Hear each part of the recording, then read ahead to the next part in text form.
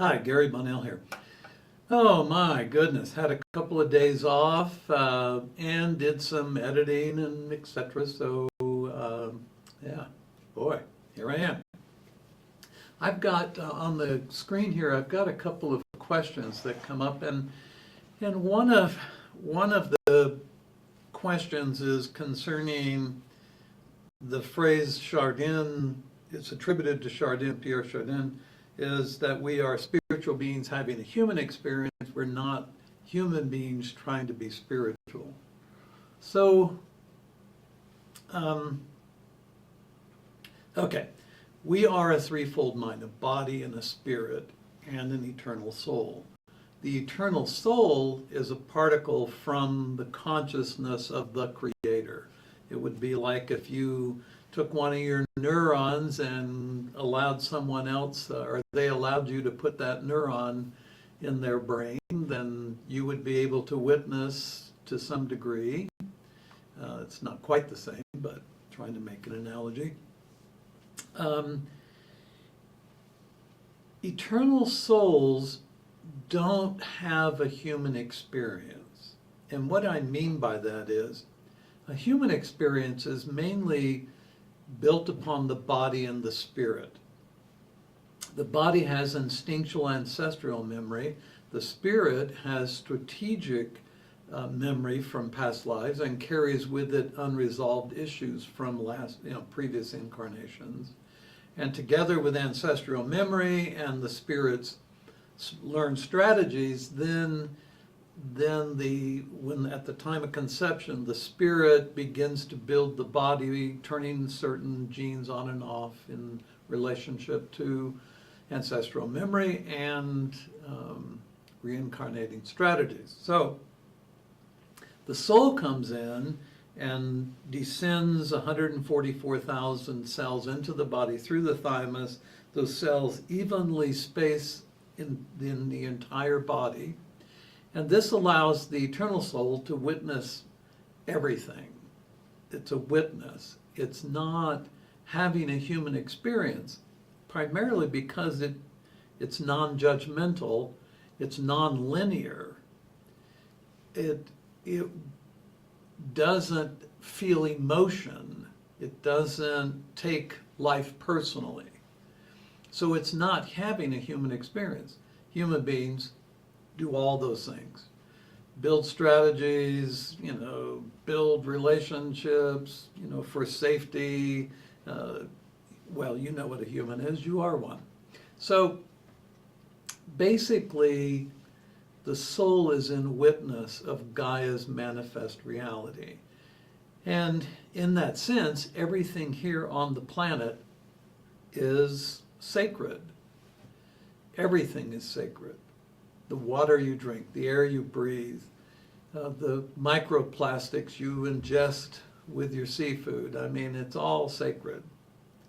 And I know, I'm sorry. But the point I'm making is this. The soul begins to fully collaborate with the spirit when spirit awareness has given up its process of trying to be safe. When the human spirit no longer worries whether the shoes go with the outfit. When the human spirit becomes aware that it has tried everything that it could think of, and then some, and finds itself wanting a greater understanding of everything. Not a scientific understanding, not a mathematic understanding, not a religious understanding, but wants a greater understanding of what really life is about and how connected are we to each other and to all of nature and through our eternal soul to the universe. When the spirit has dropped the disguise and realizes that it's an eternal being, it was brought into existence by itself when two cells came together in response to conditions and circumstances, that energy envelope then survived the death of those forms only to create new forms and build until voila, here you are as a human. So your spirit has been every form of life on earth and will continue to exist even when earth is gone. It will, with other spirits and other earthborn souls, go to a new system that has similar manifest reality. So, yeah, so I'm responding to this. Hold on, let me go down a little bit further. Yeah. Our intellect is basically, the intellect is not the mind. As a matter of fact, there's more activity in the belly brain and the heart brain when it comes to understanding a human's reality, the circumstances and conditions. The cranial brain is for the functioning of the body, keeping everything in alignment, all the balances that are needed to keep the body functioning, moving forward in time. But it's really the belly brain and the heart brain where we get our human experience.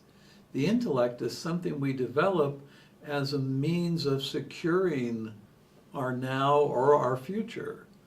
And usually the intellect, the direction an intellect goes, is based upon its past, the human's past, and what helped to form the ideas and the ideation and attitude of that particular human. But the intellect has actually very little to do with what happens between the belly brain and the heart brain.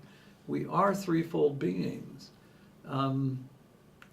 Our cranial brain is the master machine for the body. It carries with it all of the programming the body needs, but it's the subconscious mind that really controls the behavior patterns of the human.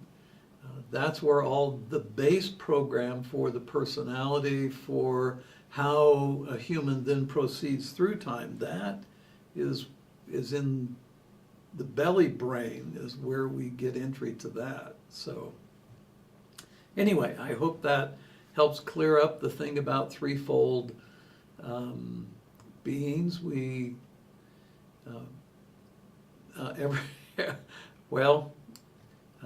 I'll leave it there for now. Thanks.